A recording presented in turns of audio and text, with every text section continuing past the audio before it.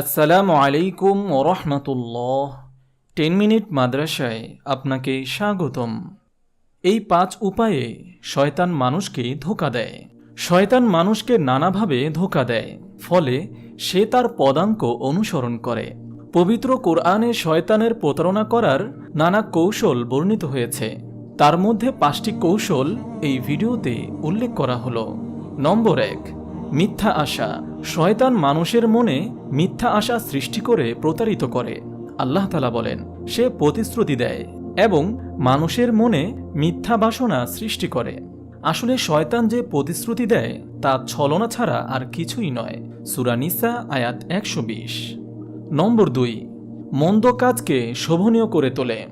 শয়তান মানুষের মন্দ কাজকে সুন্দর ও শোভনীয় করে তোলে, ফলে মানুষ তা করতে দ্বিধা করে না। ইরশাদ হয়েছে, শয়তান মন্দ কাজগুলো তাদের দৃষ্টিতে চমৎকার ও মনোহর করে তোলে। এভাবে তাদের সরল সঠিক পথ অবলম্বনে প্রতিবন্ধকতা সৃষ্টি করে। সূরা আনকাবুত আয়াত 38। নম্বর 3, মনে ভয় সৃষ্টি করে। শয়তান মানুষের মনে ভয় সৃষ্টি করে, ফলে সে ভালো কাজে অগ্রগামী হতে পারে না।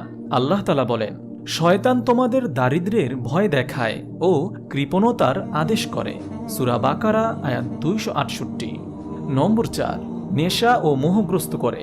শয়তান মানুষকে মাদক, জুয়া ও ভাগ্য নির্ণয়ের মতো পাপের প্রতি মোহগ্রস্ত করে তোলে। ইরশাদ হয়েছে, হে মুমিনরা, জেনে রেখো, মদ, জুয়া, পূজার বেদী, ভাগ্য নির্ণয়ক স্বর এ সবই শয়তানের নোংরা কাজ। সুতরাং তোমরা এগুলো বর্জন করো, যাতে তোমরা সফল হতে পারো। সূরা মাইদা আয়াত 90।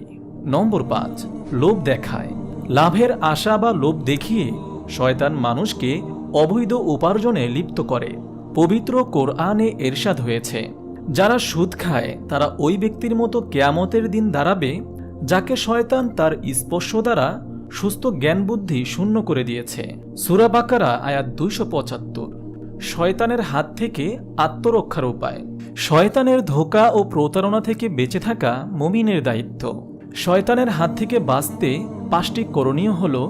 নম্বর 1, শয়তানকে শত্রু জ্ঞান করা। আল্লাহ তাআলা শয়তানকে শত্রু জ্ঞান করতে বলেছেন, যেন সে প্রতারণা করতে না পারে। ইরশাদ হয়েছে, শয়তান তো তোমাদের শত্রু, সুতরাং তাকে শত্রু হিসেবে গ্রহণ করো। সূরা ফাতির আয়াত 6। নম্বর 2, ঈমানের উপর দৃঢ় থাকা। যে ব্যক্তি ঈমানের উপর দৃঢ় থাকে এবং তার উপর আস্থা রাখে, আল্লাহ তাআলা তাকে শয়তানের হাত থেকে রক্ষা করবেন। ইরশাদ হয়েছে, নিশ্চয়ই তার কোনো আধিপত্য নাই তাদের উপর যারা ঈমান আনে ও তাদের প্রতিপালকের উপর নির্ভর করে। সূরা ফাতির আয়াত 99। নম্বর 3, আল্লাহর জিকির করা। আল্লাহর স্মরণ থেকে বিমুখ হলে ব্যক্তির উপর শয়তানের প্রভাব বাড়ে। ইরশাদ হয়েছে, শয়তান তাদের উপর প্রভাব বিস্তার করেছে, ফলে তাদেরকে ভুলিয়ে দিয়েছে আল্লাহর স্মরণ। সূরা মুজাদালাত আয়াত 19। নম্বর 4, আল্লাহর কাছে আশ্রয় প্রার্থনা করা। পবিত্র কোরআনে আল্লাহর কাছে আশ্রয় প্রার্থনা করতে বলেছেন।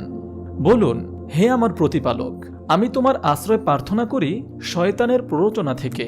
সূরা মুমিনুন আয়াত 97। নম্বর 5, আল্লাহর অনুগত বান্দা হওয়া। আল্লাহর অনুগত বান্দারা শয়তানের প্রভাব মুক্ত। আল্লাহ তাআলা বলেন, আমার বান্দাদের উপর তোমার কোনো ক্ষমতা থাকবে না। সূরা হিজর আয়াত 42। মহান আল্লাহ তাআলা আমাদের সবাইকে শয়তানের প্ররোচনা থেকে রক্ষা করুন, আমিন। আপনি যদি এরকম ভিডিও আরও পেতে চান, তাহলে এই চ্যানেলটি সাবস্ক্রাইব করে পাশে রাখা বেল আইকনটি অন করে দিন।